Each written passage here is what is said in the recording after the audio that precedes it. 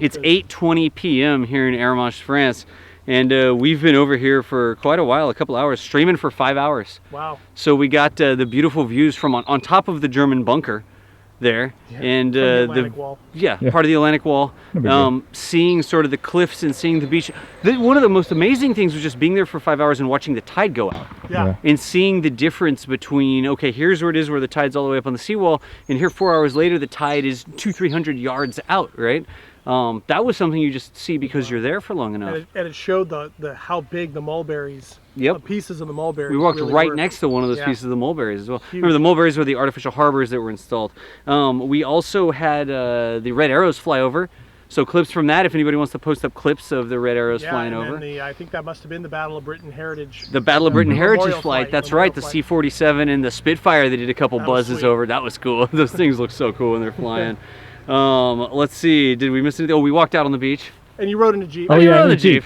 Yeah. I was gonna rub it in. American Jeep. I was gonna rub it in. Rub it in. With a French father and son who restored the Jeep, and then we're out there in full kit driving the Jeep around. And built and restored it because they grew up on stories of what happened here, because this is where they're from. Highlights are gonna be pretty cool today because it wasn't nonstop action. It was really getting up there, we walked in, we found the position up on the cliff there, the battery, I guess, not the battery, the bunker, and we set up our camera, and then we sort of waited, and we got the beautiful flyovers of the C-47 and the Spitfire. Look for some clips for that. We're gonna rerun the whole thing anyways.